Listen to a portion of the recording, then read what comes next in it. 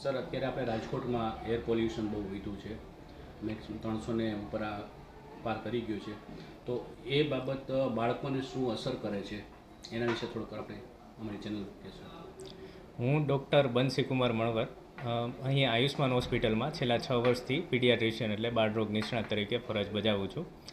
Air pollution હમણાં આ winter સિઝનમાં ઘણું વધારે જોવા મળે છે રાજકોટમાં. આના મુખ્ય કારણો જોઈએ તો અત્યારે જે શિયાળાની વિન્ટરની હવા હોય એ ઘટ હવા હોવાને લીધે અને આ ટ્રાફિક હમણાં ઘણું વધ્યું છે. આ બધા કારણોને લીધે એર પોલ્યુશન ઘણું વધારે જોવા મળે છે. આની અસર બધા નાના મોટા બધાને આવી શકે, પણ બાળકોમાં આ અસર સૌથી વધારે જોવા મળે છે. કારણ છે કે બાળકોમાં એક તો ઇમ્યુનિટી હજી ડેવલપ થતી હોય, બીજું એલર્જીનો પાર્ટ બાળકોમાં વધારે હોય. આ બધા કારણોને લીધે ખાસ તો શ્વસન તંત્ર પર સૌથી વધારે અસર જોવા મળે છે. શ્વસન તંત્રની અસરની વાત કરીએ તો શરદીના કેસોમાં ઘણો વધારો થયો છે.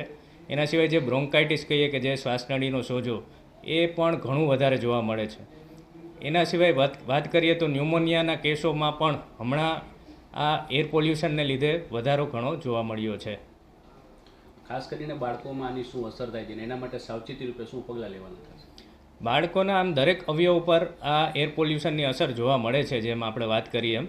પણ જે શ્વસન તંત્ર ઉપર જે અસર થાય છે, આને અટકાવવા માટે આપણે ખાસ કરીને બાળકોને જે આઉટડોર પોલ્યુશનની વાત કરીએ તો બને એટલું બહાર આપણે કાઢવાનું જ્યાં સુધી એવોઇડ કરી શકીએ ત્યાં સુધી બહાર લઈ જવાનું એવોઇડ કરવું જોઈએ, જ્યાં સુધી હમણાં એર પોલ્યુશન વધારે છે ત્યાં સુધી.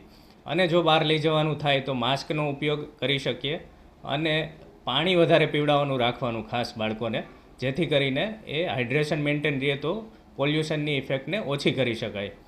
અને ઘરની અંદર જ્યારે પણ બાળક હોય ત્યારે આપણે એર પ્યોરિફાયરનો ઉપયોગ કરી શકીએ અને બને એટલું મેં કીધું એમ હાઇડ્રેશન મેન્ટેન રાખીએ, જેથી કરીને અને ઇમ્યુનિટી બિલ્ડઅપ કરીએ બાળકની, કે જેમાં એને બેલેન્સ ડાયટ આપીએ, કે જે સમતોલ પ્રમાણમાં ખોરાક આપીએ અને પાણી વધારે પીવડાવીએ. બરાબર, એને લીધે આપણે એલર્જીના આ જે અસરો છે એને ઓછી કરી શકીએ. અને ઘણીવાર સાહેબ એવા કિસ્સા બનતા હોય છે કે શનિ રવિમાં ક્યારેક ડૉક્ટર હાજર ન હોય, એ સમય દરમિયાન બાળકોને એલર્જી લાગી ગઈ હોય તો ઘરગથ્થુ ઉપાય તરીકે ત્યારે તાત્કાલિક સારવાર માટે આપણે શું કહેશું?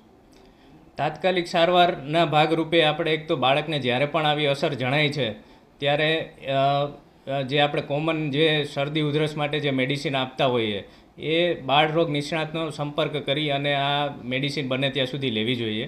કોઈ કારણસર આપણે પહોંચી શકીએ એમ ના હોય તો જૂની મેડિસિન ફોન પર કન્સલ્ટ કરી અમુક સમય માટે લઈ શકાય. એના સિવાય આપણે બાળકોની ઇમ્યુનિટી બિલ્ડઅપ કરવા માટે અમુક વસ્તુઓ જેમ છે મધ છે, હળદર છે, આ બધી વસ્તુઓનો ઉપયોગ કરી શકીએ, પણ બહુ વધારે ઉપયોગ પણ આ બધી વસ્તુઓનો ના કરી શકાય. ડૉક્ટરને પૂછીને આ વસ્તુ, હા, બધું ડૉક્ટરને કન્સલ્ટ કરીને જ આ બધી વસ્તુઓનો ઉપયોગ કરવો જોઈએ. સર, એઝ એ ડૉક્ટર આપણે બાળકોને તમે એના વાલીઓને ખાસ કરીને શું અપીલ કરશો કે આનામાંથી બચવા માટે? ખાસ હું આપના માધ્યમથી વાલીઓને અપીલ કરવા માગું છું કે સૌથી પહેલાં જ્યાર સુધી જરૂર ન હોય ત્યાં સુધી બાળકોને આ એર પોલ્યુશનના વાતાવરણમાં હમણાં માટે ટેમ્પરરી બહાર કાઢવાનું બને ત્યાં સુધી એવોઇડ કરવું. જો જરૂરી જ હોય તો મેં કીધું એમ પાણી વધારે પીવડાવવું અને માસ્કનો ઉપયોગ કરવો. વધારે લક્ષણો જણાય તો તરત ડૉક્ટરનો કન્સલ્ટ કરવો, પીડિયાટ્રિશિયનનો કન્સલ્ટ કરવો.